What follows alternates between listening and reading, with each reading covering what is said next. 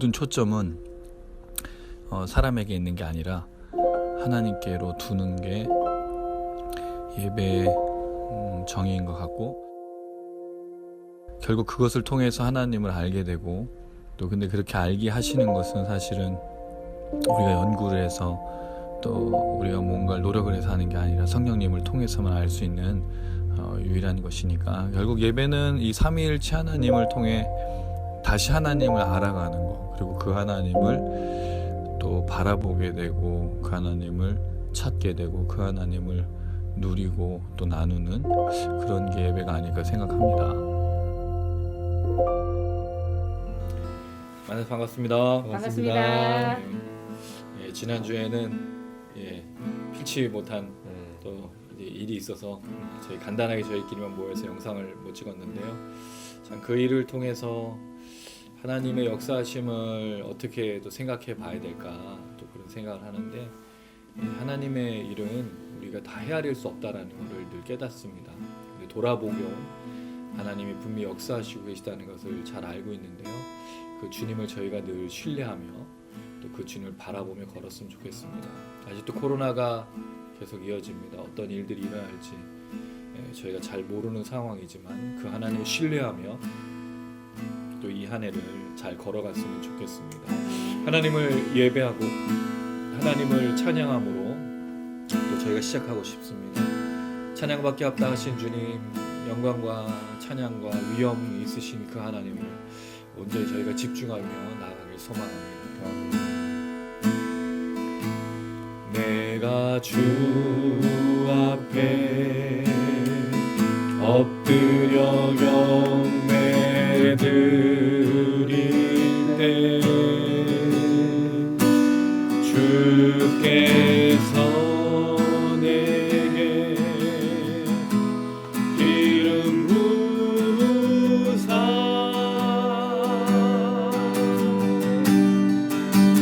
하늘 영광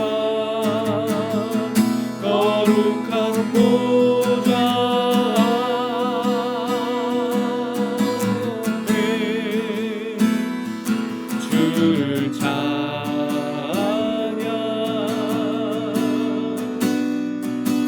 주를 찬양,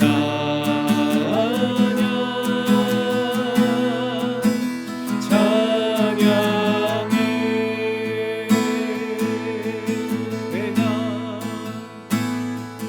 내가 주 앞에 엎드려 경배 드릴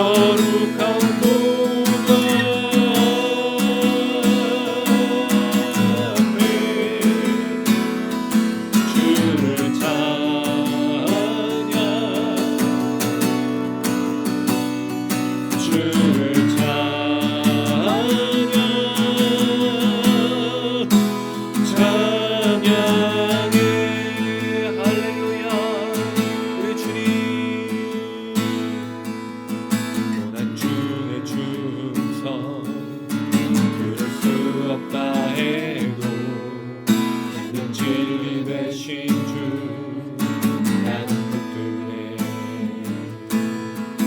불이 몰려와도 험한 길을 간대로 믿음의 두 손 들고 주 신뢰해. 내게 행하신 그 놀라운 일 생명 주신 주를 기억하네.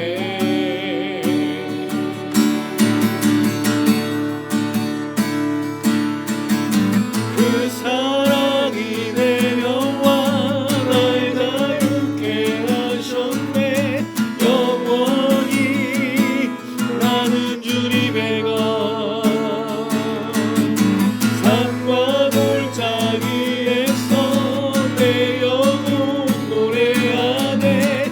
영원히 나는 주님의 것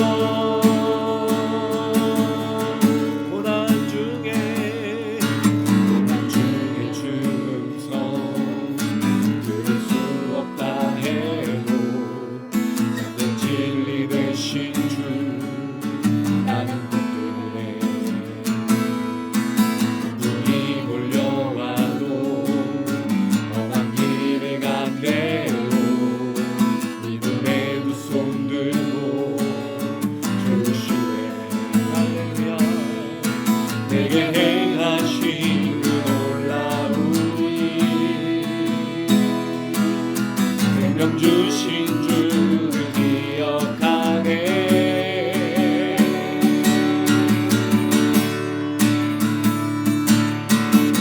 그 사랑이 내려와 날 자유케 하셨네.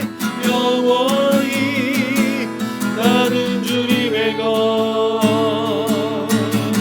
산과 골짜기에서 내 영혼 노래하네. 영원히 나는 주님의 것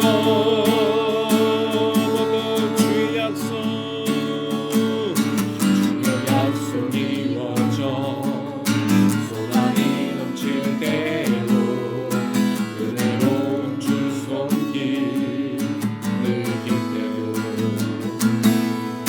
주를 향한 갈망과 겸손한 마음으로 은혜의 두 손을 주님만을 주시네. 내게 행하신 그 놀라운 일 생명 주신 주를 기억하네.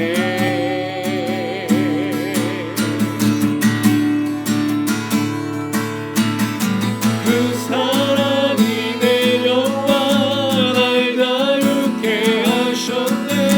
영원히 나는 주님의 것 산과 골짜기에서 내 영혼 노래하네. 영원히 나는 주님의 그 사랑이 내려와 그 사랑이 내려와 날 자유케 하셨네. 영원히 나는 주님의 것 산과 골짜기에서 내 영혼 노래하네. 영원히 나는 주의 한번만 그 사랑이 내려와 날 자유케 하셨네. 영원히 나는 주님의 것 산과 골짜기에서 내 영혼 노래하네.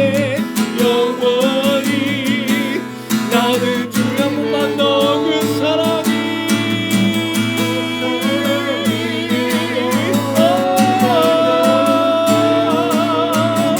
영원히 나는 주님의 것 산과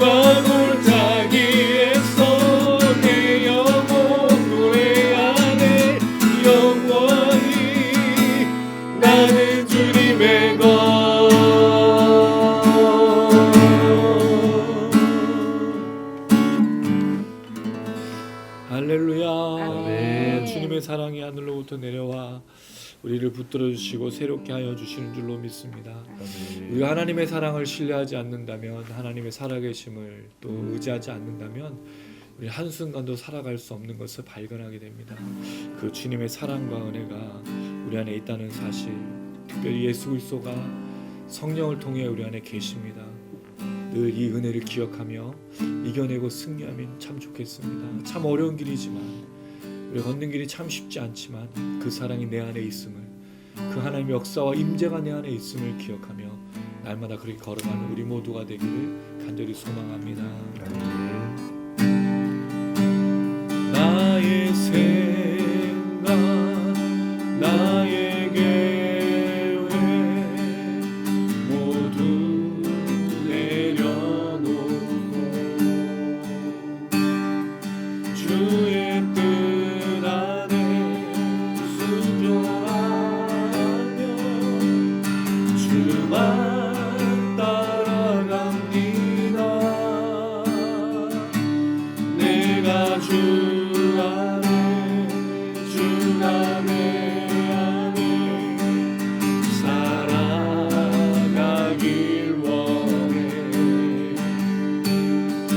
나의 모든 삶 주께 드리고 주만 바라봅니다.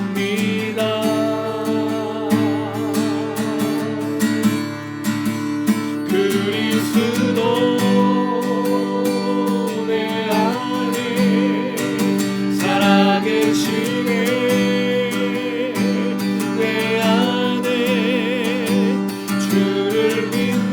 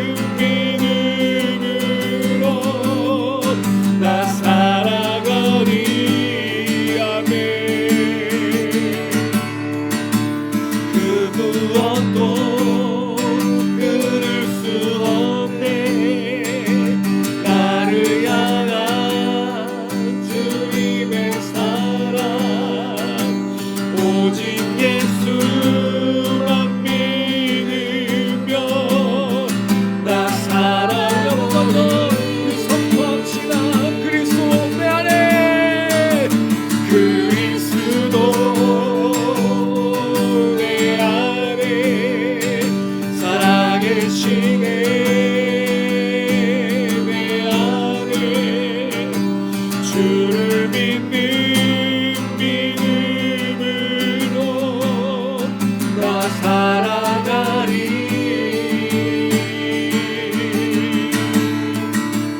그 무엇도 끊을 수 없는 나를 향한 주님의 사랑, 오직 예수만 믿으며 나 살아가리.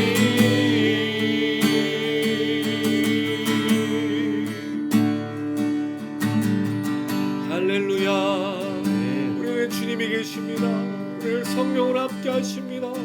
날마다 주님의 임재를 누리며 걸어가는 우리 믿음 되게 하여 주시옵소서. 흔들리거나 요동하는 것이 아니라 참된 예배자가 되게 하여 주시옵소서. 참된 지토양이 되게 하여 주시옵소서. 주님께만 무릎 꿇게 하시고 주님께만 엎드리게 하여 주시고 다른 어떤 곳에 마음을 주거나 엎드리지 않게 하여 주시옵소서. 하나님, 오늘 시기 속에 우리가 예배합니다. 기도합니다. 간구합니다. 말씀을 듣길 원합니다. 주여 기름 부어 주시옵소서. 우리의 역사하신 하나님의 사랑을 확신하게 도와주시고 우리를 기름 부으신 그 놀라운 능력과 은혜가 넘치게 하여 주시옵소서. 가정이 회복되고 교회가 회복되고 이 나라의 민족이 다시 정말 회복될 수 있도록 하나님, 오늘의 밤 가운데 우리를 기름 부어 주시옵소서. 우리 주여 한번 우리 기도하시겠습니다. 주여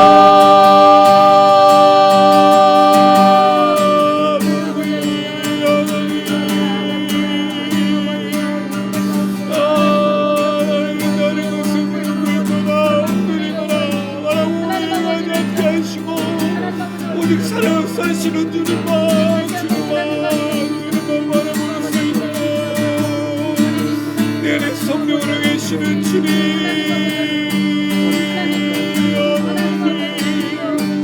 그를 날마다 누리며 요동하며 주님 한 분만을 바라보고 찬양하고 주님 한 분만을 의지하며 주님 나만의 우리 모두가 될 수 있도록 도와주셔서 하나님의 사랑이 하늘로부터 날마다 임하십니다. 역사하십니다. 이 하나님을 신뢰하며 바라보며 하나님 안에 의지하며 오늘날 될 수 있는 믿음의 사람들이 될 수 있도록 도와주시고 우리 주탁 그리스도의 매주의 기도에 모임과 말씀과 찬양과 기도를 통하여 회복과 치유하며 가정을 하며 모임과 이루며 구원의 역사를 낼 수 있도록 하나님 우리의 역사하시고 기름 부으면서 이 마지막 때 미혹된 사람들이 주님께로 나오며 회복되고 치유되며 모든 신비한 가요시와 우리 영상을 통하여 찬양을 하며 기도를 하며 말씀이 일어날 수 있도록 하나님 도와주옵소서. 아버지 은혜 복종의 교회 마음을 주님의 대가시옵소서. 주님의 마음을 대가시옵소서.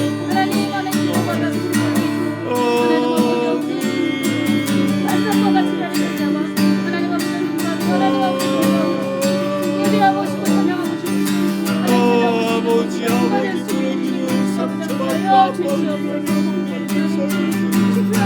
만들 역사하시 한번 주님을 수 있도록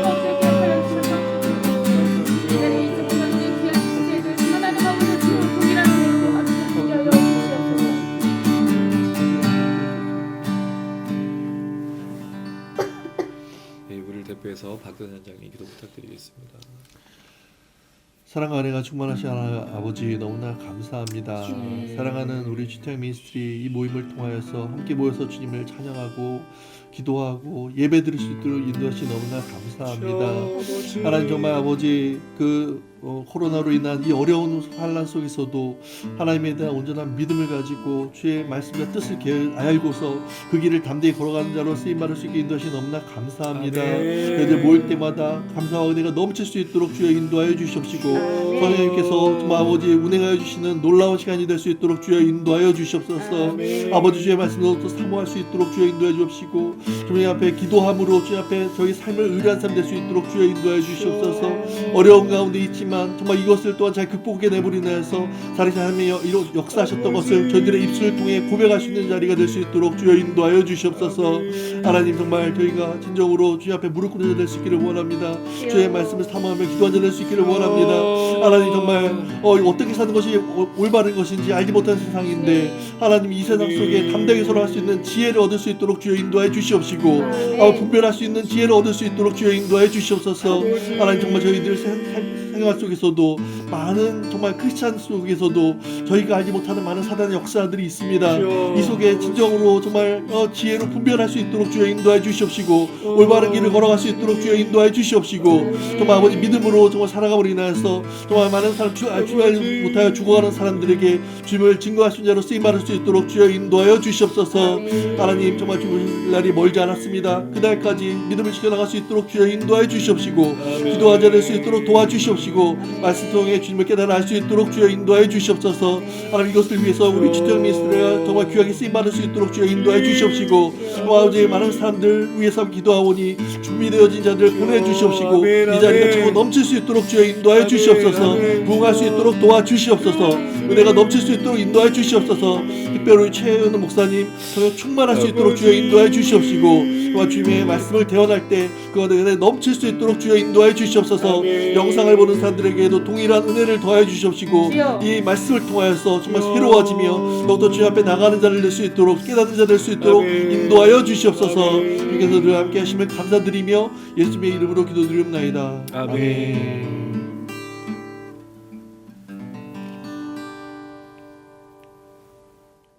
함께 나누실 말씀은 누가복음 7장 18절에서 35절이 되겠습니다. 좀 긴 구절입니다. 누가복음 7장 18절에서 35절 길지만 다 읽어보겠습니다. 제가 읽고 오른쪽으로 돌아가면서 읽습니다.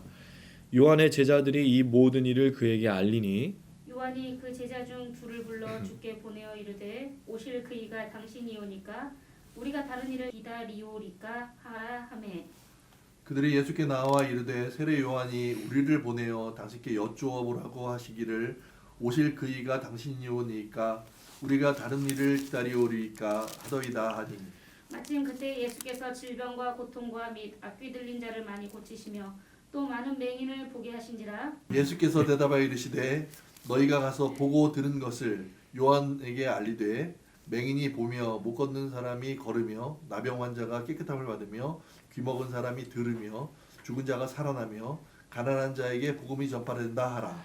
누구든지 나로 말미암아 실족하지 아니하는 자는 복이 있도다 하시니라. 요한이 보낸 자가 떠난 후에 예수께서 무리에게 요한에 대하여 말씀하시되 너희가 무엇을 보려고 광야에 나갔더냐 바람에 흔들리는 갈대냐 그러면 너희가 무엇을 보려고 나갔더냐 부드러운 옷 입은 사람이냐 보라 화려한 옷을 입고 사치하게 지내는 자는 왕궁에 있느니라. 그러면 너희가 무엇을 보려고 나갔더냐 선지자냐 옳다 내가 너희에게 이르노니 선지자보다도 훌륭한 자니라.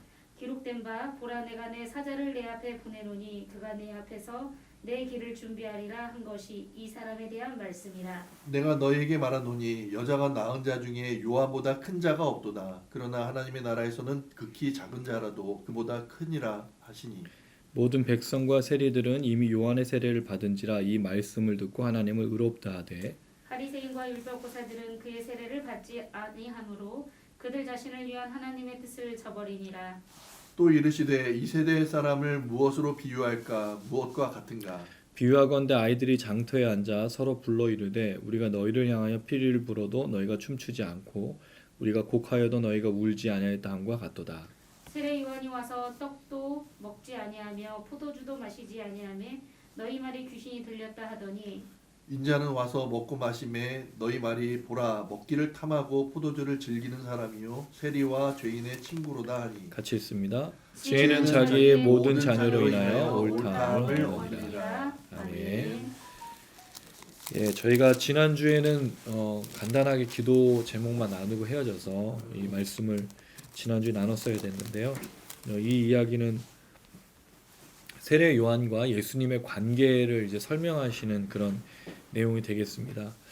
백부장의 종을 고쳤고 과부의 이 또 아들을 고친 사건이 예수님이 선지자 엘리야나 엘리사와 같은 선지자 오실 그이라는 것에 대해서 이야기를 했는데 사실은 이러한 부분에 대해서 의문을 갖게 된 사람이 생겼어요.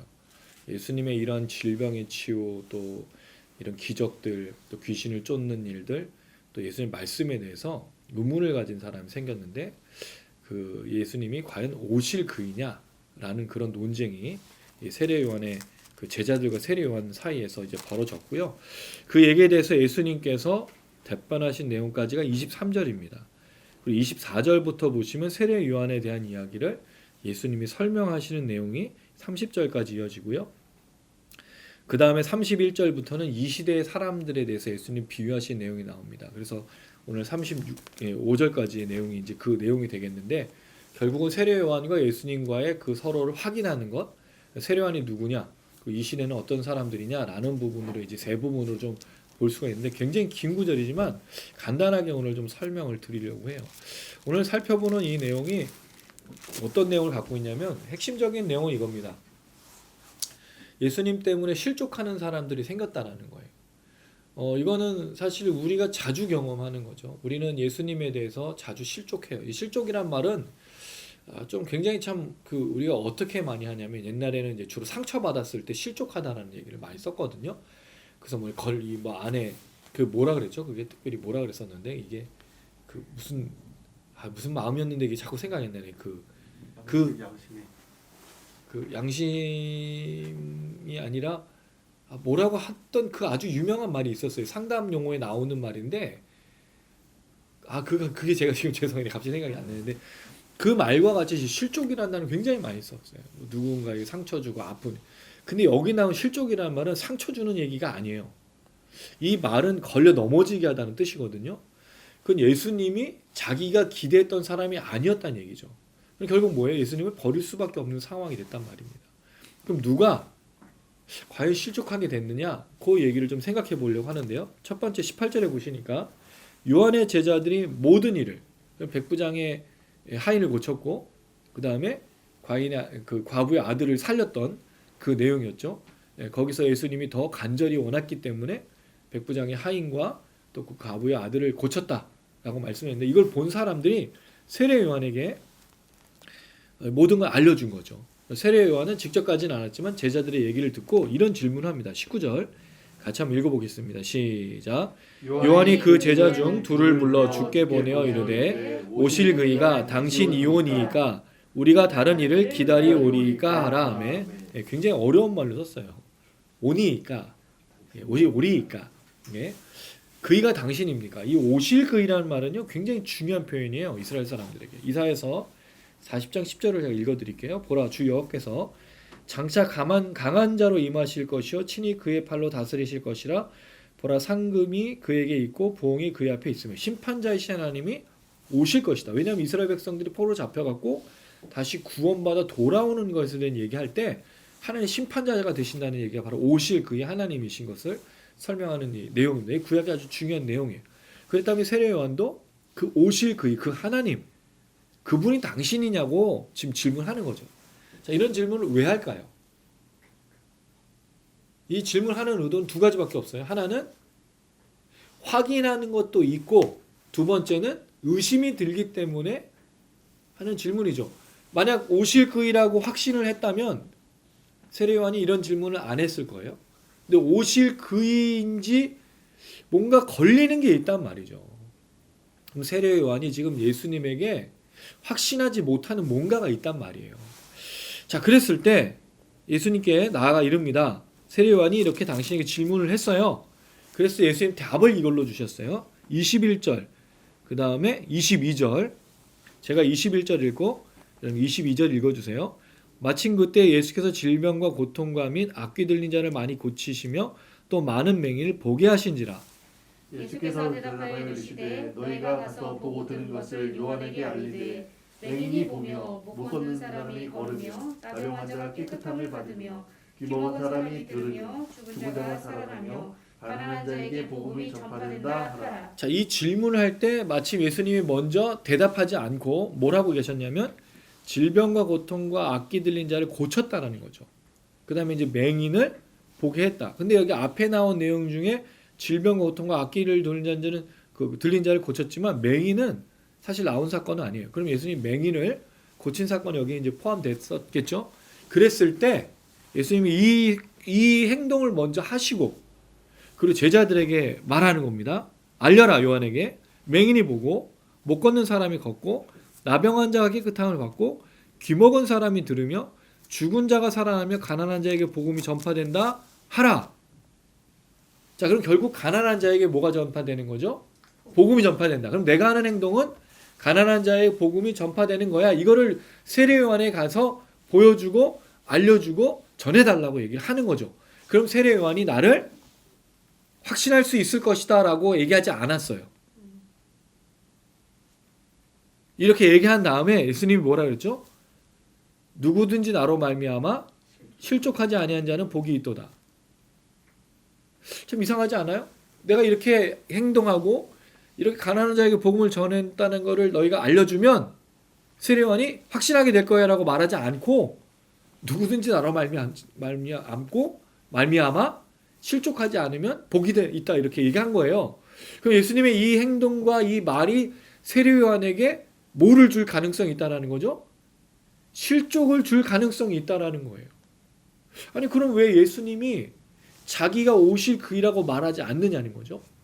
행동을 보여준 이 사건과 이 전파한 내용이 과연 세례요한에게 실족을 줄 수 있냐는 거예요. 그래서 우리가 추적을 해봐야 됩니다. 세례요한 이야기를 좀 한번 해볼게요. 3장 16절에서 17절이에요. 누가복음 3장 16절에서 17절 세례요한이 오실 그의 앞에서 하는 선지자로서 했던 행동이 있어요. 그 16절에서 17절에 어떤 내용이 있죠? 자, 16절, 17절까지 같이 읽으면 좋겠습니다. 같이 읽겠습니다. 시작. 요한이 모든 사람에게 대답하여 이르되 나는 물론 너에게 세례를 베풀거니와 나보다 능력이 많으신 이가 오시나니 나는 그의 신발끈을 풀기도 감당하지 못하겠노라.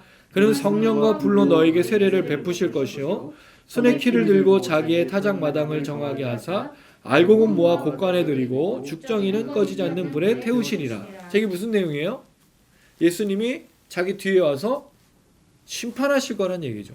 오실 그이가 메시아가 너희들 심판할 거예요. 그래서 알곡은 걷어들이고 쭉정이는 불태울 거야. 그런 내가 신발끈을 묶을 정도도 감당 못하는 너무 위대하신 분이에요. 나는 회개의 세를 전하지만 그는 회개하지 않는 자는 뭐 한다는 거예요? 심판한다는 얘기죠. 자, 그러면 이런 얘기를 전했던 세례요한의 메시아상 오실 그이와 지금 예수님이 하신 행동과 일치가 되냐 이거죠. 회개의 세를 전파하고 심판하시는 그 오실 그이와 세례요한이 전하는 것과 지금 예수님이 하신 행동 뭐 했어요? 예수님 고치고 치유하고 가난한 자에게 복음 전파했죠. 어떤 게 연관이 있나요? 연관이 없어요. 세례요한이 전한 메시지와 세례요한이 기대했던 오실 그이와 예수님에게는 하나도 비슷한 점이 없다라는 거죠. 왜? 예수님 뭐 하셔야 돼요? 알곡을 걷어들이고 쭉정이를 불태우는 심판자여야 되는 거예요. 회개해야 되고 사람들에게 질병을 치유하고 이게 아니라는 거죠. 그럼 세례요한이 예수님 하신 행동과 이 예수님의 메시지를 듣고 제자들에게 듣고 뭐라고 판단하겠냐는 거죠. 그 오실 그이가 아니라고 생각할 가능성이 있다라는 거예요. 그러니까 뭐 하지 말라고요? 실족하면 안 된다라는 거죠.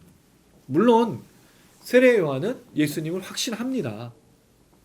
예수님이 오실 그이라는 걸 확신해요. 근데 뒤에 또 나오는 말이 있으니까 중요한 거는 자기가 전했던 메시지와 예수님 하신 행동이 다른 점이에요. 이건 세례요한만이 아닙니다. 많은 유대인들이 오실 그의 메시아를 자기들이 생각하고 있었던 구약의 예언과 연결하면서 생각했던 메시아상이 있었어요. 그게 뭐였죠? 이스라엘에 독립을 주는 거였잖아요. 예수님이 가난한 자, 병든 자 이런 사람들과 함께하고 유대인 또는 이제 서기관, 바리새인들 이런 사람들과 함께하지 않고 가난한 사람하고 하는 게 그들의 메시아상이 아니었어요. 왜? 다윗 왕조에서 오는 거기 때문에 다윗의 후손으로 오는 거기 때문에 왕을 생각했단 말이죠. 선지자를 생각했단 말이죠. 그랬을 때 사람들이 예수님에게 뭐를 느끼는 거예요? 실망감을 경험하는 거죠. 그래서 자꾸 뭐 하는 거예요? 예수님 때문에 걸려 넘어져요. 오실 그인 예수님 때문에 걸려 넘어져요. 근데 놀랍게도 예수를 믿는 우리도 구주이신 그 예수님 때문에 걸려 넘어질 때가 한두 번이 아니라는 거예요. 지난주에 누가복음 8장에 있는 뒤에 부분의 말씀을 나누면서 어려운 부분이 하나 생겼어요. 제가 참 그 말씀을 이해하면서 그전에는 발견을 못했는데 참 어렵다. 그게 뭐냐면 혈루증 앓는 여인과 회당장 야이로의 딸이 이렇게 맞물려 있는 사건이에요. 회당장 야이로가 자기 딸이 위급해서 예수를 초청했을 때 가다가 누구를 만났냐면 12년 동안 혈루증을 앓았던 아주 불쌍한 여인을 만나요. 예수님이 거기서 지체하시죠. 그 여인을 고쳐주다가 회당장 그 야이로의 집에서 사람들이 이 야이로에게 와요. 뭐라 그랬죠? 딸이 죽었다고. 무슨 일이 생긴 거예요? 자기 딸을 고치러 가던 중에 다른 사람을 만나서 고쳐주다가 누가 죽은 거예요? 자기 딸이 죽었어요. 이게 얼마나 충격적인 사건이에요. 지금 나 때문에 예수님 가고 있다가 그 여인 때문에 지금 지체가 돼서 자기 딸이 죽은 거잖아요. 누군가엔 기적일지 모르지만 나에겐 뭐예요? 슬픔과 아픔이에요. 물론 거기 회당장 야이로에게 어떤 반응이 있었냐는 건 기록하지 않습니다. 누가가. 그럼 우리의 심정이라면 뭐라 그럴까요? 저 사람을 지금 고쳐주는 게 중요해. 그 사람 좀 지금 12년 동안 아팠으니까 나중에 여기 고치고 가면 되지 않겠냐라고 생각하는 게 당연한 거 아니에요? 지금 이 딸아이가 더 위급하고 이 딸아이가 더 급한데 왜 예수님께서 지체해가지고 내 딸을 죽게 만들었을까? 라고 생각할 수 있다는 거죠. 자, 이게 되게 재밌는 게 누군가에게 하나님의 역사가 내게는 뭐가 될 수 있어요? 불행이 될 수 있다는 거죠. 그럼 이 사람에게 나타나는 기적은 이 사람의 병 고침과 이 사람의 귀신 쫓겨나는 건 일어나지 말아야 될까요? 내가 위급하니까? 뭐라고 대답하실래요, 여러분? 우리가 하나님의 역사를 이렇게 생각하는 거예요. 저 사람에겐 기적이지만 나에겐 불행이라는 거죠. 그럼 일어나야 되는 거예요? 일어나지 말아야 되는 거예요? 일어나야 되는 거지만 우리 뭘 하죠? 실족한다고요. 그리고 나한테는 왜 이렇게 어려운 일을 두셨나라고 얘기를 하는 거죠. 왜 내게 이러시냐고. 하나님 나에게 정말 무슨 감정이 있어서 나한테 이러냐고. 왜 나만 그러냐라고 말할 때가 많다라는 거죠. 우리가 기다렸던 하나님, 우리가 기대했던 하나님, 우리가 기도했던 하나님의 응답이 잘못 주어지거나 내가 원하는 대로 이루어지지 않으면 우리는 쉽게 뭐하죠? 실족한다는 거예요. 그럼 어떻게 생각하세요? 우리 회당장 야이로와 이 12년 동안 혈루증을 앓았던 여인과 만나면서 이 사건이 있을 때 그 다음 사건을 알아요. 회당장 야이로의 딸이 죽었지만 예수님 잔다고 일으키세요. 그건 주님의 계획 속에 있는 거예요. 잠시 잠깐 우리가 불행을 경험할 수 있습니다. 고통을 겪고 어려움을 겪을 수 있어요. 근데 누구 손 안에 있죠? 하나님의 계획 안에 있어요. 그럼 어떤 것도 우리에게 실패나 불행이나 고통이나 아픔은 없다는 거죠. 왜? 구세주이신 예수를 믿고 하나님의 자녀가 된 사람에게는 불행이 있을 수가 없는 거거든요. 전도서 7장 14절 한번 보실까요? 전도서 7장 14절입니다. 전도서 7장 14절입니다. 구약 955페이지 정도 있습니다. 전도서 7장 14절 같이 읽겠습니다. 시작. 형통한 날에는 기뻐하고 공고한 날에는 되돌아보아라. 이 두 가지를 하나님이 병행하게 하사 사람이 그의 장래를 능히 헤아려 알지 못하게 하셨느니라. 제가 이번 그 큰 사건을 경험하면서 깨닫게 된 게 그거예요. 여러분 그런 생각 많이 하시죠? 악한 일은, 나쁜 일은 계속 반복되고 더 심해지는 거죠. 첩첩산중, 설상가상. 우리 이런 얘기를 많이 해요. 엎친 데 덮친 격. 왜? 좋은 일은 짧게 끝나고 좋은 일이 생기면 우리가 자꾸 무슨 생각이 드냐면 불안해요. 이게 언제 끝날까? 나쁜 일이 생기면 더 나쁜 일이 자꾸 생긴다는 말이죠. 근데 뭐라 그랬어요? 성경은? 전도서 7장 14절 읽어보니까 하나님께서 이 두 가지를 병행하게 하셨고 우리가 뭘 요구하십니까? 기뻐하고 돌아볼 수 있도록. 하나님 계획 속에 있기 때문이에요. 할렐루야. 아멘. 우리가 뭘 판단할 수 있나요, 여러분? 무엇이 나쁘고 무엇이 틀렸다고 말할 수 있어요? 우리는 모르는 거예요. 이 혈루증 앓았던 그 여인에게 일어났던 그 기적이 우리에겐 불행이 될 수도 있지만 나중에 이를 다 되돌아보면 하나님의 선하심과 인자심 속에 있다라는 거죠. 그리고 어떨 땐 누군가 일어난 기적을 받아들이지 못할 때가 참 많다라는 거예요. 내가 불행이니까. 내가 잘못된 거니까. 내가 나쁜 일이니까. 근데 여러분 우리에게 나쁜 일과 좋은 일을 판단할 만한 근거가 없다는 거죠. 하나님의 은혜, 하나님 살아계심 안에서는. 물론 이것이 여러분 절대로 쉽지 않습니다. 여러분 이게 쉬운 일인가요? 제가 이렇게 얘기하는 게 쉬운 일이 아니에요. 그러니까 사람들이 믿음이 없이 주님을 원망하고 불평하죠. 그러나 언젠가 이 일을 되돌아보면 다 뭐라고 얘기해요? 웃으면서 그날을 얘기한다라는 거예요. 놀랍게도. 그리고 하나님이 나의 평생에 주의 선하신가 인자하심이 나를 따르니, 내 뒤를 돌아보면 다 그런 거예요. 선하신가 인자하심, 정녕 나를 따르리니. 그러니까 내가 어디에 거한다고 말하죠? 여호와의 전에 거하리로다. 하나님 예배한 자로 살겠다라는 거예요. 왜? 돌아보니까 하나님께서 안 하신 게 없다라는 거죠. 아니 역사하셨다니까. 그러니까 예배하는 거예요. 예배로 나아가는 거예요. 찬양하고 감사하고 말씀대로 순종할 수밖에 없다라는 거죠. 오늘 이 요한이 실망할 수 있어요. 왜? 자기가 전한 메시지는 회개케 하고 심판하시는 메시아거든요. 그래서 지금 돌아오셔서 이 유대인 중에 잘못된 것들을 심판하고 하나님의 백성을 걸러내는 작업을 하시는 게 예수라고 생각했는데, 그분이라고 생각했는데, 왜냐면 자기가 세례를 줬잖아요. 성령께서 말씀하셨잖아요. 이는 내 사랑 아들이라. 그러니까 봤잖아요. 그런데 지금 하시는 거를 보니까, 그 선포하신 메시지를 보니까 실족할 수밖에 없다라는 거죠.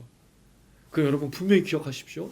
주님은 구원자시고 주님은 반드시 그 일을 이루실 분이라는 거죠. 우리 이 신앙과 이 믿음을 놓쳐서는 안 돼요. 예수님께서 이렇게 말씀하신 다음에 요한의 제자들을 떠나보내고 나서 이렇게 세례 요한에서 이야기합니다. 첫 번째, 무엇을 보려고 광야에 나갔더냐? 24절에 바람에 흔들리는 갈대냐? 바람에 흔들리는 갈대를 보려고 광야로 나가는 사람은 없어요. 근데 광야에 가면은 갈대밖에 없다라는 거죠. 두 번째, 너희가 무엇을 보려고 나갔더냐? 부드러운 입은 사람이냐? 그런 사람은 어디 있죠? 화려한 옷을 입고 있는 왕궁에 있다. 근데 결국 이 세례 요한을 말하려고 지금 얘기하는 거죠. 세 번째, 26절 읽어보겠습니다. 시작. 그러면 너희가 무엇을 보려고 나갔더냐? 선지자냐? 옳다 내가 너희에게 이르노니 선지자보다도 훌륭한 자니라. 세례 요한은 어떤 사람이에요? 선지자보다 훌륭한 사람이에요. 자, 그럼 여기서 질문이 생겨요. 많은 선지자들이 있어요. 이사야, 예레미야, 엘리야, 엘리사, 여러 선지자 중에 왜 세례 요한이 훌륭할까요? 위대할까요?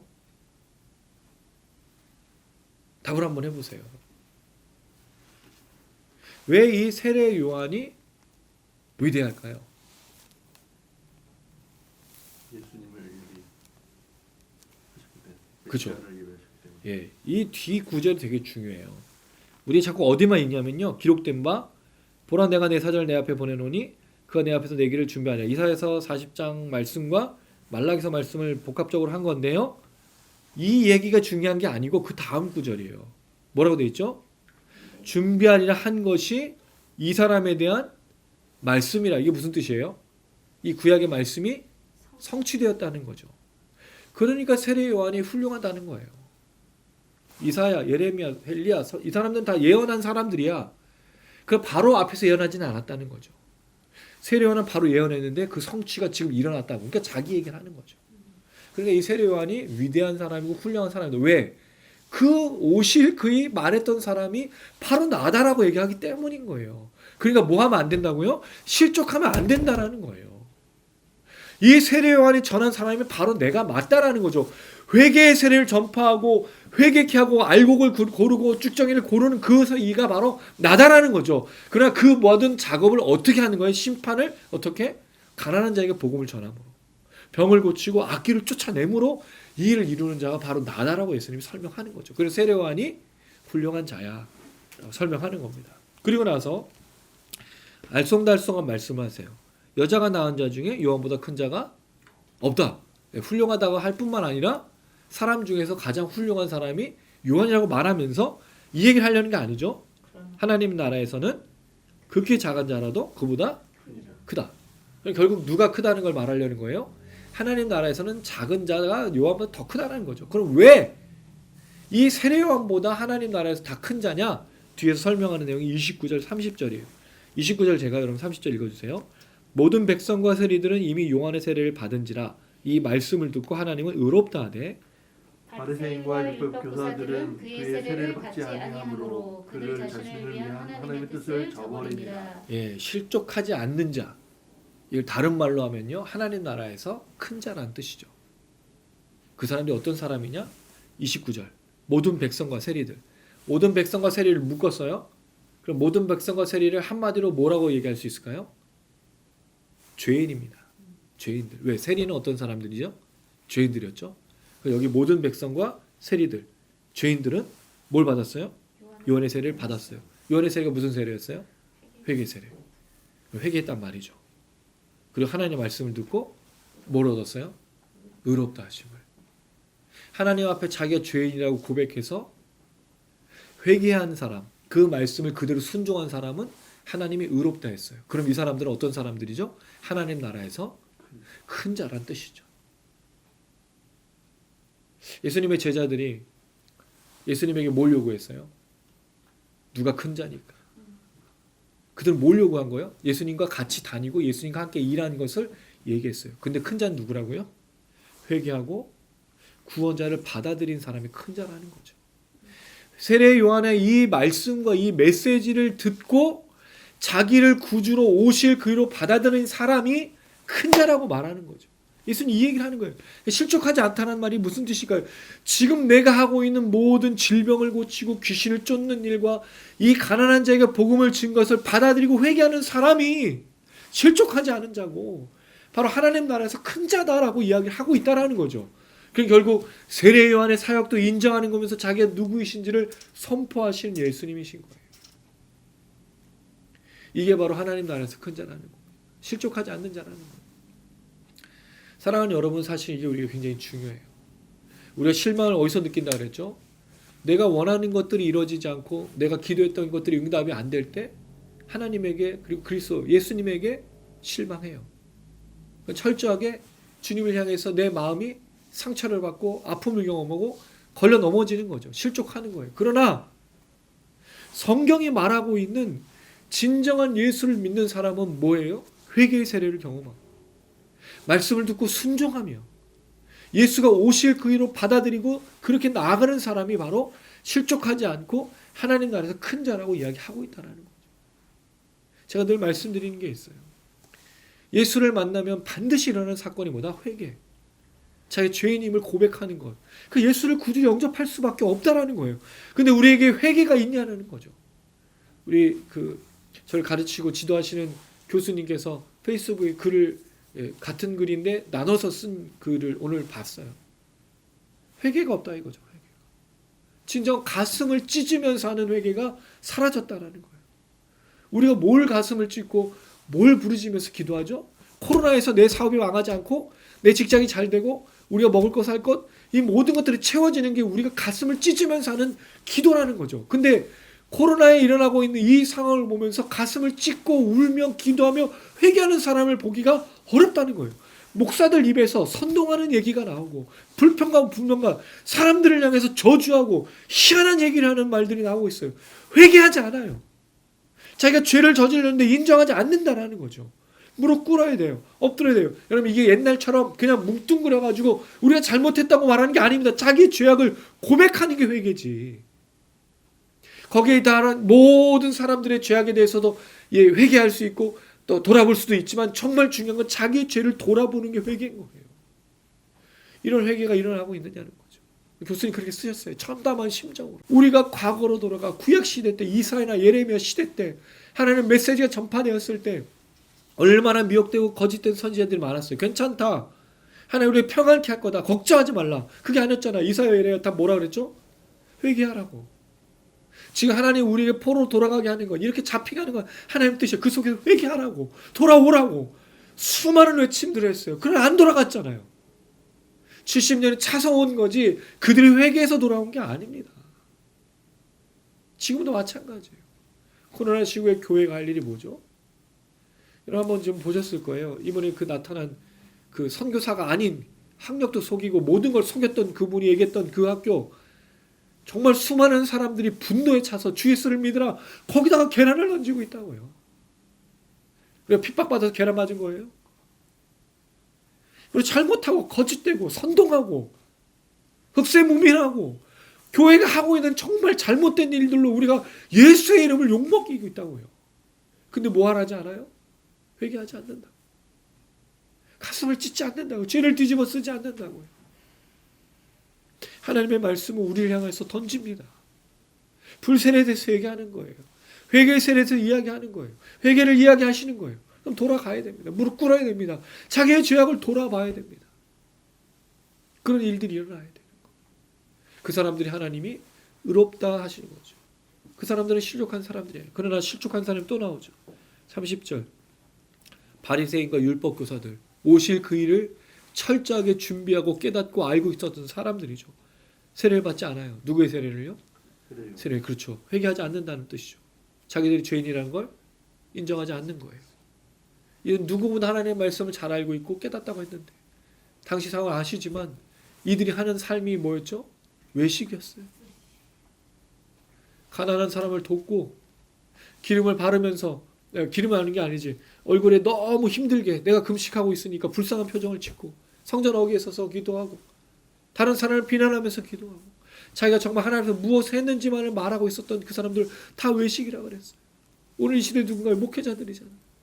선교사들이잖아요. 가르치는 교사들이잖아요. 직분자들이잖아요. 근데 우리가 정말 이 시대와 이 나라와 또 이 모든 민족과 열방을 바라보면서 뭘 하고 있냐는 거죠. 얼마나 많은 수많은 죄악들이, 여러분 이게 세상에서 일어나고 있는 죄악들 얘기하는 게 아닌 거예요. 교회에서 일어나는 죄악들이 세상하고 무슨 구별이 돼요. 우리가 목사들이 범죄하는 게 세상 사람들하고 다른 범죄를 하고 있나요? 똑같잖아요. 아니 더한 범죄도 저지르고 있잖아요. 우리가 신문지상이나 뉴스에서 보는 그 범죄들 하나하나를 보면 이게 목사인지 아닌지는 알 수가 없는 거예요. 회개가 일어나고 있다는 거죠. 아마 여러분 만약 교회에서 이 회개 세례를 얘기하고 회개를 선포하면 교회 안 나올 사람 되게 많을 거예요. 코로나 시국에 힘들어 죽겠는데 회개를 얘기한다고요? 아무도 안 와요. 목사님 뭐 하는 거냐고. 우리 힘들어 죽겠는데, 어려운데. 물론 맞아요. 어렵고 힘든 건 맞아요. 그러면 그렇다고 죄를 지을 수는 없잖아요. 어렵다고 힘들다고 예배 안 드릴 수 없잖아요. 하나님 모른 척 할 수 없잖아요. 하나님께 예배 안 드릴 수 없잖아요. 하나님을 신뢰하지 않을 수 없잖아요. 하나님을 향한 믿음이 사라져 버릴 수는 없잖아요. 우리가 뭔가 착각하고 있는 것 같아요. 코로나 시국이 특별한 상황이기 때문에 하나님을 모른 척 해도 된다고요? 여러분 헌금하지 말고 봉사하지 말고 이 얘기를 하는 게 아니잖아요.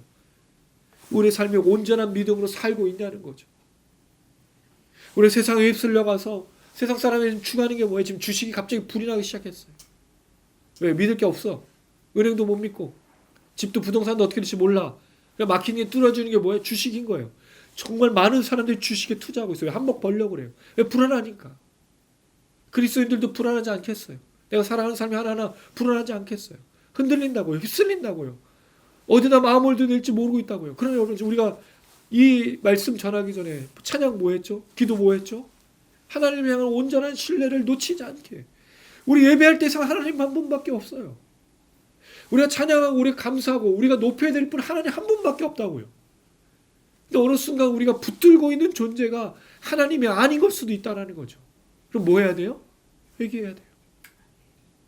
바리새인과 율법 교사들이 이 세례를 받지 않으므로 하나님의 뜻을 저버렸다 그랬어요. 놀라운 건 죄인들은 하나님에게 의로움을 받는데 바리새인과 서기관들은 그 뜻을 저버리고 회개하지 않아서 하나님의 의롭다 하심을 얻지 못하는, 여러분 이게 얼마나 웃긴 일이에요.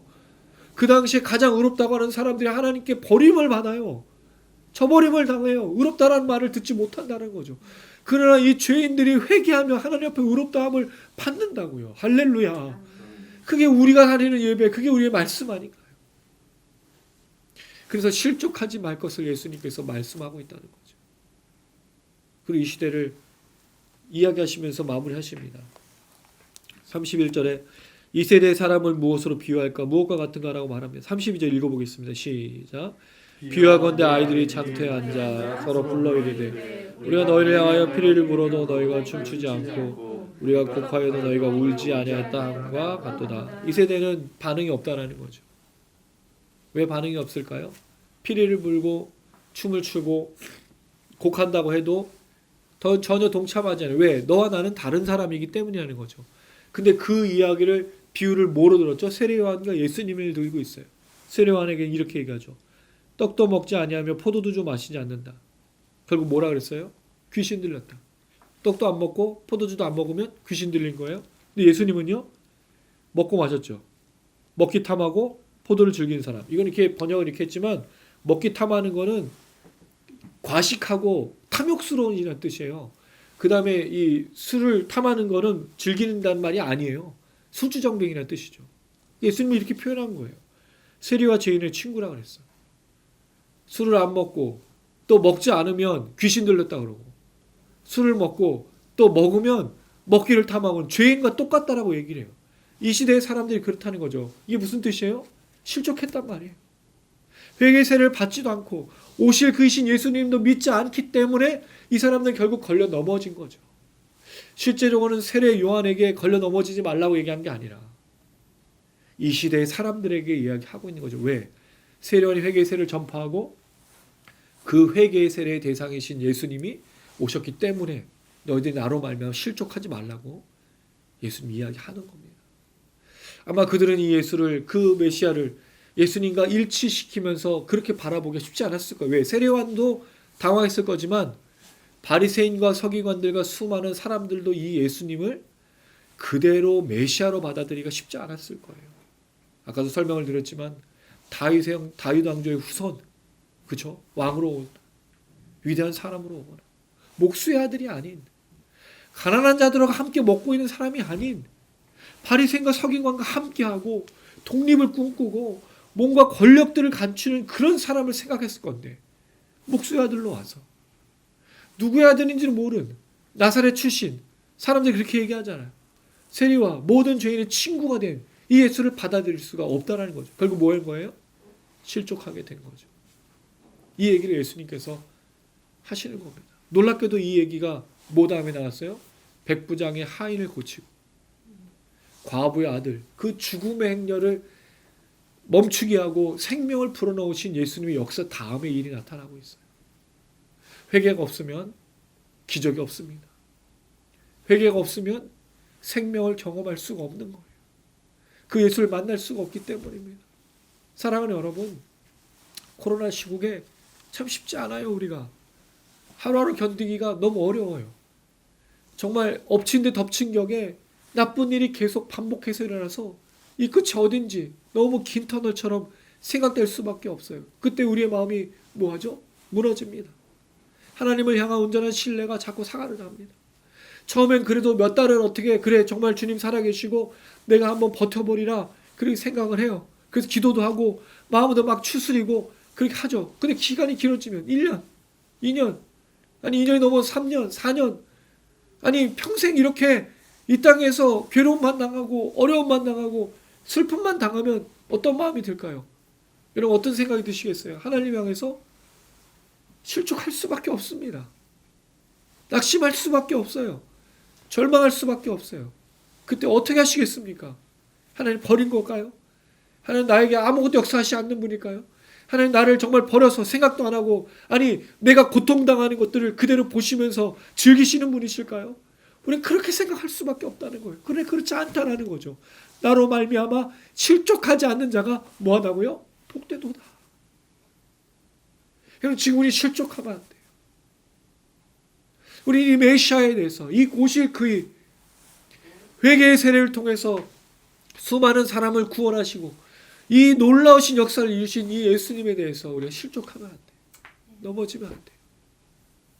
오늘 이 서기관과 바리새인들처럼 먹는 거 마시는 것 때문에 비난하고 또 먹는다고 안 먹는다고 해서 또 비난하고 우린 그럴지도 몰라요. 이게 어떻게 보면 우리의 마음이지 않겠습니까? 좋은 일을 줘도 비난하고 나쁜 일을 하면 더 비난하고 그렇게 하면 실족할 수밖에 없다는 거죠. 마음을 잘 추스리셔야 돼요. 정말 쉽지 않아요. 지난주에 어떤 일이 있었냐면 기도 모임을 오다가 자동차 사고가 좀 났습니다. 차선이 좀 희한하게 휘어져서 옆에 버스가 끼어들어오는 상황이었고 제 차가 멈출 수밖에 없었는데 이 옆차선을 지나가던 트럭이 제 사이드 미러를 치고 그냥 갔어요. 뺑소니였죠. 너무 화가 나가지고 그 차를 어떻게 찾을까 경찰에 신고하고 했어요. 블랙박스도 있었으니까 그래 신고하면 되겠다. 근데 그날 그렇게 들어오면서 여기 이제 우리 기도 모임 주차장에 들어오는데 제가 정말 큰 실수를 해서 가드블록이 튀어나와 있었는데 모르고 거기다가 제 뒷바퀴를 닿으면서 뒤에 옆문이 다 긁히고 난리가 난 겁니다. 더 큰 문제는 바퀴가 터지면서 늘 밀려 들어가서 뒷축까지도 이제 휘어지게 된 거죠. 사이드 미러가 고장 난 건 다른 차가 치고 간 거지만 이건 제가 주차장에 들어오다가 제가 사고가 난 거예요. 밤에 잠을 이루기가 어렵더라고요. 그냥 사이드 미러 치고 한 것만 했으면 큰 문제가 없는데 제가 경황이 없어서 제 차를 제가 그대로 박아서 누구한테도 하소연할 수도 없고 누구한테도 말할 수 없는 그런 바보 같은 우둔한 마음이 드니까 너무 화가 나고 어렵더라고요. 밤새 또 기도하면서 제가 올해 속사람을 새롭게 하라. 성령 충만한 삶 계속 부르짖었기 때문에 기도했죠. 제가 이 마음 잃지 않고 감정을 따라가지 않고 하나님 평안하게 해주세요. 정말 그리스도인으로서 온전히 일을 잘 감당하게 해주세요. 라는 마음으로 갔습니다. 그래서 먼저 경찰서에 가서 신고했는데 조사관이 보더니 이건 선생님이 들어오는 버스와 부딪혔으면 괜찮았는데 그 버스를 피하느라고 멈춰섰기 때문에 제 과실이라고 얘기하더라고요. 너무 황당했고 받아들이기 어려웠지만 그렇게 말하는데 제가 뭐라고도 할 수가 없었던 거예요. 아니 사이드미러 그 치고 간 건 얼마 안 들었는데 그러니까 결국 손해는 제가 주차장에 들어오다가 크게 난 사건이 더 큰 손해가 된 거죠. 더 화가 나는 더. 이 속에서 진짜 속 사람을 새롭게 하고 성령 충만하기가 너무너무 힘들더라고요. 이 일을 통해서 참 금전적으로 큰 손해를 봤는데 깨달은 거 한 가지가 있어요. 그게 뭐냐면 우리가 지금 당하는 일 사실 사이드미러 교통사고 난 제가 사주행기 사고가 교통사고 2번 난 거죠. 나쁜 일은 정말 엎친데 겹친적으로 계속 일어나. 근데 이게 제 상황이 아니라 우리 성도들의 상황인 거예요. 여러분 그렇지 않습니까? 나쁜 일이 정말 계속 일어나요. 지금 코로나 시국은 더 힘들죠. 정말 속사람으로 새롭게 하고 성령 충만하고 마음을 잘 지키면서 걸어가기 쉬우신가요? 정말 쉽지 않습니다. 그리스도인으로서 하나님을 향한 온전한 신뢰를 붙들고 걸어가기가 쉽지 않다라는 거죠. 어떻게 버티고 계시고 어떻게 감당하고 계세요? 우리 집사님 또 우리 성도들 다 그 속에서 정말 애쓰고 있는데 쉽지 않아요. 이게 길어지면 당연히 뭐가 나올 수밖에 없을까요? 실족할 수밖에 없습니다. 넘어질 수밖에 없다는 거죠. 그리고 나한테 왜 이러시냐고, 왜 나를 도와주지 않느냐고, 왜 내게 역사하지 않느냐고 그래 물어볼 수밖에 없어요. 그런데도 가혹하지만 부탁드릴 수 있는 말씀이 그거 하나밖에 없어요. 하나님을 향한 온전한 신뢰를 멈추지 마십시오. 속사람을 새롭게 하고 성령 충만함으로 평안함으로 잘 견디시길 바랍니다라고 말할 수밖에 없다라는 거죠. 저는 이 한 가지 사건을 통해 우리 성도들의 삶을 좀 더 들여다보게 된 거예요. 저보다 더 심각한 상황에 있는 분들이 더 많을 건데 내가 이거지고 낙심하고 절망하면 제가 선포한 말씀이 거짓말인 거잖아요. 저 또한 마음을 지키고 걸려넘어지 않게 잘 버텨야겠다. 그래야 성도들도 위로가 되지. 그래야 성도들도 잘 버틸 수 있지. 그래야 성도들도 함께 정말 하나님 살아계심을 믿고 걸려넘어지지 않고 걸어가겠지. 그런 상황이 된 것으로 이 사건을 마무리하게 됐어요. 그래서 감사하더라고요. 그래서 정말 쉽지 않다. 그러나 반드시 마음을 잘 지키고 이 마음 그대로 주님이 오실 그날까지 어떤 상황이 생기든 주님만 의지하며 걸어야겠다는 생각을 갖습니다. 사랑하는 여러분, 내일 더 나아질 거라고 말씀 못 드리겠어요. 뭐가 더 좋아질 거라고 이야기 못 하겠습니다. 예수 믿으면 더 좋은 환경이 될 거라고도 이야기 못 합니다. 그러나 이 모든 계획이 전도서 7장 14절처럼 하나님 안에 있다는 사실을 믿으시고 흔들리지 마시길 바랍니다. 그런 삶에 그런 사람들에게 하나님의 의롭다 신고 회개의 놀라운 구원의 역사가 날마다 넘칠 줄로 믿습니다. 마지막 말씀이 이겁니다. 35절 같이 읽겠습니다. 시작. 지혜는 자기의 모든 자녀로 인하여 옳다함을 얻느니라. 지혜는 열매로 나타난다는 뜻이죠. 지혜를 가졌다면 반드시 순종의 삶이 나타나서 지혜로움을 증거합니다. 누가 가장 지혜로운 사람일까요? 실족하지 않는 사람. 모든 세리와 죄인들은 그 당시에 백성들은 지혜로운 자가 아니었어요. 서기관과 바리새인들이 지혜로운 자였죠. 그러나 그들의 열매가 뭐죠? 예수를 거부한 거예요. 그러나 놀랍게도 세리들, 죄인들은 예수를 영접함으로 하나님께 의롭다 하는 열매를 받은 거예요. 우리 어떤 지혜로운 삶으로 나아가겠습니까? 예수를 온전히 믿고 내 안에 계신 예수를 의지함으로 이 믿음의 걸음을 끝까지 걷는 것이 우리의 열매인 줄로 믿습니다. 여러분 삶의 현장에서, 삶의 터전에서, 가정에서, 교회에서 끝까지 잘 버텨주시고 믿음으로 걸어가시기를 주님의 이름으로 축원합니다. 아멘. 예, 또 말씀 기억하면서 같이 기도했으면 좋겠습니다. 저는 분명히 믿습니다. 이게 되게 혹독한 말처럼 들리고 이런 어려운 상황에서 하나님을 향한 신뢰를 끝까지 버리지 말라고 말하는 게 어려운 말씀인 줄 알지만 저는 그 속에 하나님의 분명히 역사가 있다고 믿습니다. 우리 고백할 수 있도록 힘을 주시고 역사하신 하나님이라고 저는 믿습니다. 그 하나님이 오늘 이 밤에 우리를 위로하시고 우리 어려운 상황에서 기도하는 사람들에게 성령으로 역사하실 것이라 믿습니다. 그런 생각이 들더라고요. 우리의 기도 모임 영상이 1시간 한 10분에서 20분 사이거든요. 근데 누군가는 분명히 이걸 풀로 다 듣고 찬양도 하고 기도도 하고 말씀도 들을 것이다. 그 사람에게 분명히 동일한 역사를 주시고 아멘. 바빠서 찬양만 하고 바빠서 기도만 하고 바빠서 말씀만 듣는 분도 동일한 은혜를 주실 것이라는 믿음이 있습니다. 그러나 많은 분들이 이 영상을 끝까지 찬양부터 말씀을 나누고 기도하는 것까지 하실 때 더 그 은혜가 될 줄로 믿습니다. 우리에게 주셨던 그 은혜가 함께 흘러갈 걸 기대하면서 또 어려운 상황 속에서 역사하실 그 주님을 기억하면서 함께 고백하시겠습니다. 거친 바다 위를 가는 외로운 배처럼 우린 모두 홀로 이 길 걸어가고 있네. 폭풍이 지나가고 주수할 때 되어 주를 만날 때 내 기쁨 넘치. 험한 이 세상에 내 피난처 되시며 망망한 바다에 달이 되시네. 주 나의 구원자 하늘의 문 되시네. 오 예수 나는 믿네. 오 예수 나 믿네. 거친 바다 위를 가는 외로운 배처럼 우린 모두 홀로 이 걸어가고 있네. 폭풍이 지나가고 주수할 때 주를 만날 때 내 기쁨 넘치. 험한 이 세상에 내 피난처 되시며 망망한 바다에 달이 되시네. 주 나의 구원자 하늘의 문 되시네. 오 예수 나는 믿네. 오 예수 나 믿음만 넘치.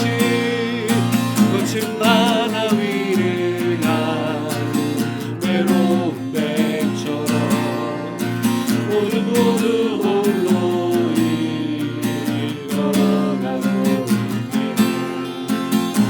폭풍이 지나가고 주수할 때 되어 주를 만날 때 내 기쁨 넘치. 할렐루야.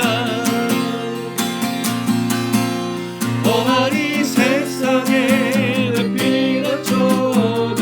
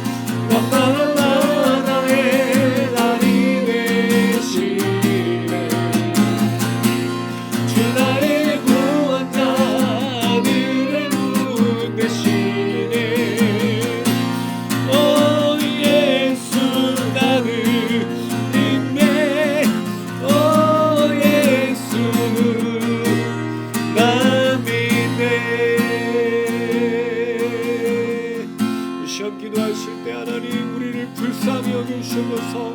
흔들리지 않는 믿음으로 날마다 걷게 하여 주셔서 우리 가정을 돌아봐 주시고 특별히 하나님 이 나라 민족을 불쌍히 여기시고 긍휼히 여기시네 다시 한번 교회들이 변화되고 새로워질 수 있도록 인도하여 주시옵소서. 목사님들과 성도님들이 회개하게 하여 주시고 하나님 부르짖게 하여 주시고 다시 한번 말씀으로 회복되어지고 치료되어지는 놀라운 역사 나타나게 하여 주시옵소서. 하나님 나라의 민족 가운데 교회의 구원으로 말미암아 회복으로 말미암아 하나님 정말 구원받는 자들이 영혼들이 돌아오게 하여 주시면서 실족하는 자들이 일어서게 하시고 요동하지 않을 수 있도록 도와주시고 특별히 영상을 시청하시는 많은 분들이 이겨내며 승리하며 주님 오시는 그날까지 넘어지지 않고 주님을 붙들 수 있도록 하나님 불쌍히 여겨 주시옵소서. 우리 주여 머리 온하자는 마음으로 기도하시겠습니다. 주여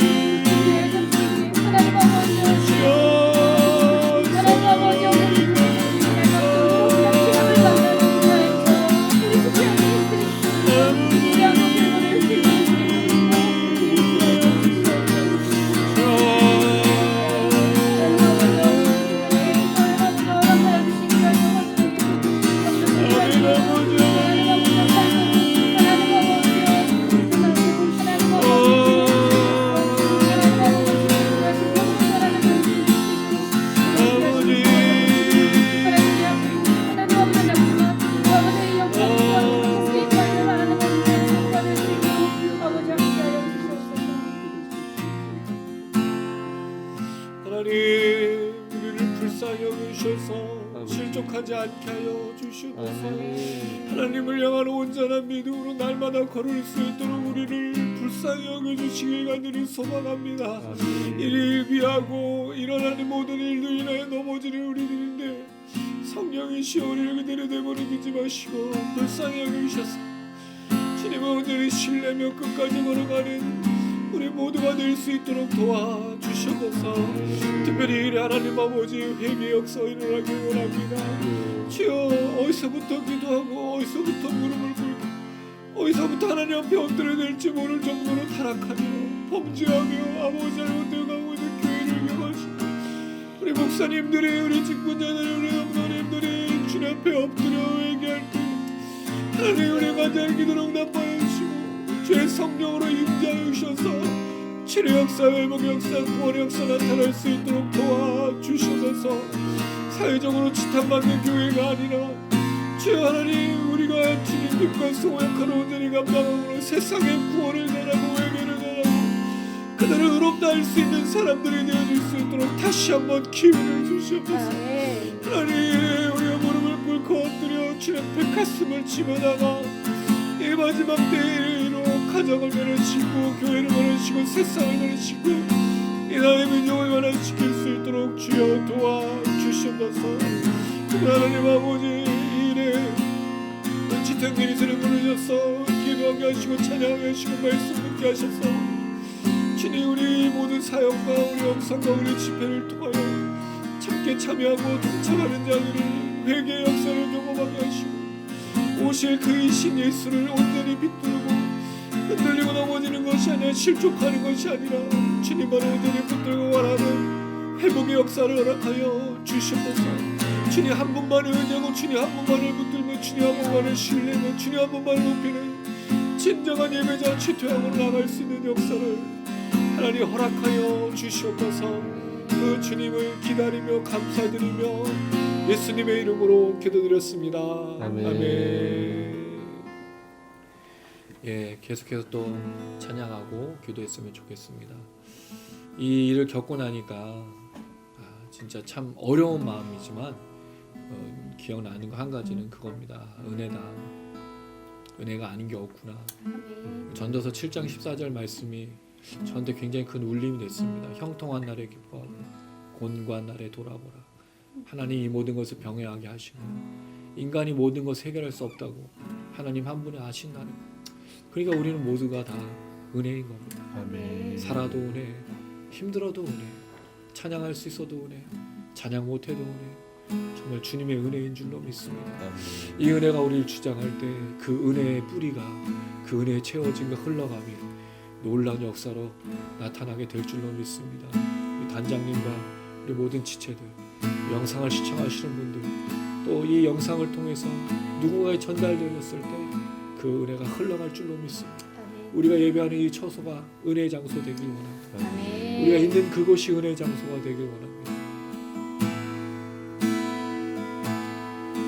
내가 누려왔던 모든 것들이 내가 지나왔던 모든 시간이 내가 걸어왔던 모든 순간이 당연한 건 아니라 은혜였소. 아침에 해가 뜨고 저녁에 노을 봄의 꽃향기와 가을의 열매 변하는 계절의 모든 순간이 당연한 건 아니라 은혜였소. 모든 것이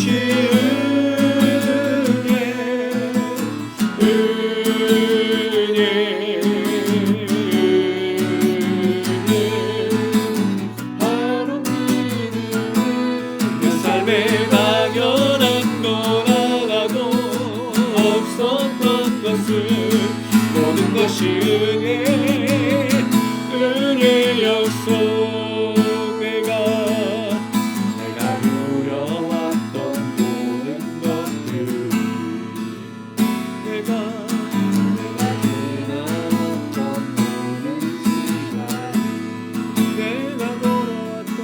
내가 걸어왔던 모든 순간 아멘.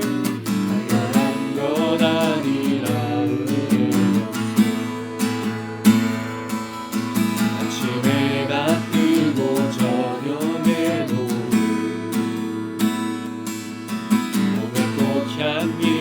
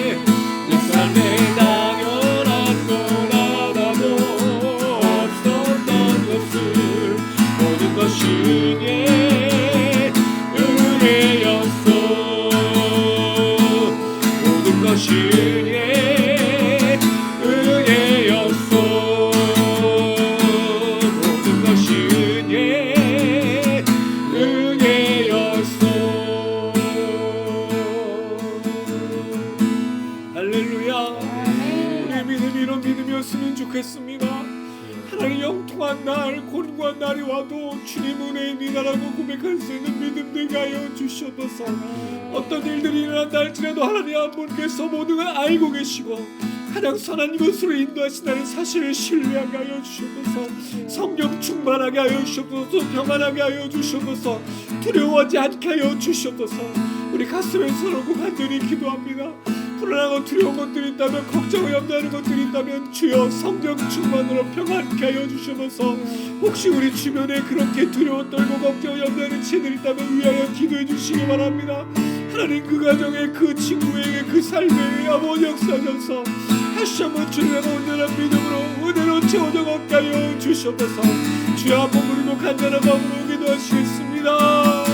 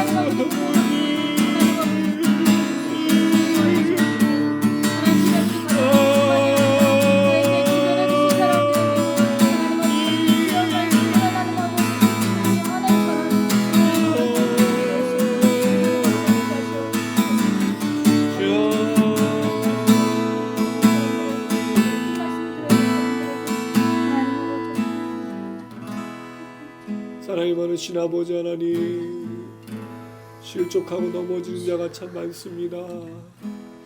오실 그이가 당신이 오니까 자기가 전한 메시지와 다른 그 예수님을 보며 흔들릴 수밖에 없습니다. 다이너으로 오시기로 하였던 그 주님을, 그리고 자기들이 기대했던 모습이 아니어서 절망하고 낙심한 자들이 걸려 넘어집니다. 혹시 우리도 그렇게 걸려 넘어지고 있다면 주여 우리를 불쌍히 여겨주시소. 주님의 은혜로 다시 한번 일어설 수 있도록 붙들어 주시옵소서. 성령 하나님, 우리 안에 평안을 주시고 이 어려운 시기 속에서 믿음으로 걸을 수 있도록 동행하여 주시옵소서. 주님의 영광스러운 임재가 날마다 함께하여서 어떠한 일이 있든지 간에 형통한 날이나 곤고한 날이나 상관없이 주님을 향한 온전한 믿음으로 날마다 걸을 수 있도록 하나님 축복하여 주시옵소서. 아버지, 이 시간 우리 주변에 우리가 알고 있는 사람 중에 형편이 어렵고 걸려 넘어지는 사람들을 위하여 그 이름을 불러가며 기도했습니다.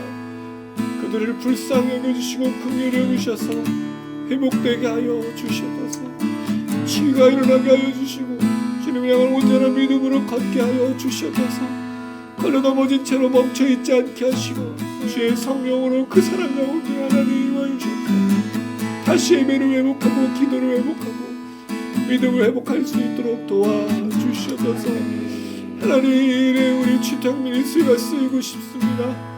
죽어가고 잃어버리고 상처받고 아파하고 괴로운 자들, 주님 때문에 칼로 넘어졌어.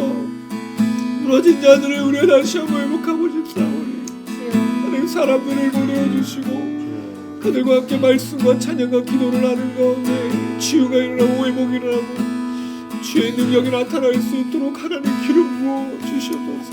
아버지 우리를 정말로 불쌍히 여겨주시고 하나님을 향한 온전한 믿음으로 날마다 걸을 수 있도록 믿음 더하여 주시옵소서. 남은 한 주간도 주님을 향하여 걸어가는 삶의 예배 믿음의 예배 될 수 있도록 도와주시고 주님과 함께한 그 자리가 은혜가 풍성하여 은혜가 흘러가는 자리가 되게 하여 주시옵소서. 그래도 다음 주에 우리가 만났을 때는 흘러가는 그 은혜를 간증하며 전하며 다시 은혜를 채우는 귀한 밤 될 수 있도록 하나님 역사하여 주시옵소서. 감사드리며 예수님의 이름으로 기도드렸습니다. 아멘. 아멘. 가슴에 손 얹으시기 바랍니다.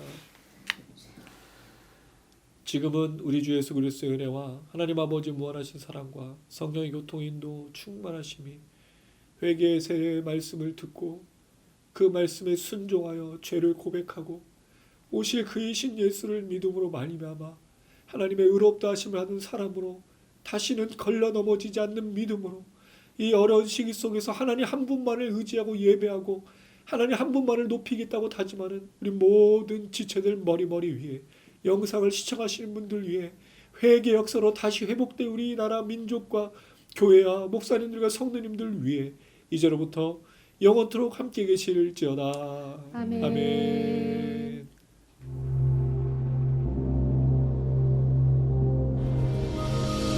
하늘에 계신 우리 아버지여, 이름이 거룩히 여김을 받으시오며 나라에 임하옵시며 뜻이 하늘에서 이룬 것 같이 땅에서도 이루어지이다.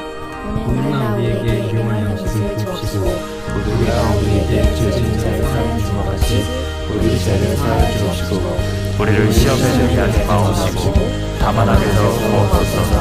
대개 나라와 원죄와 영광이 아버지께 영원히 있사옵나이다.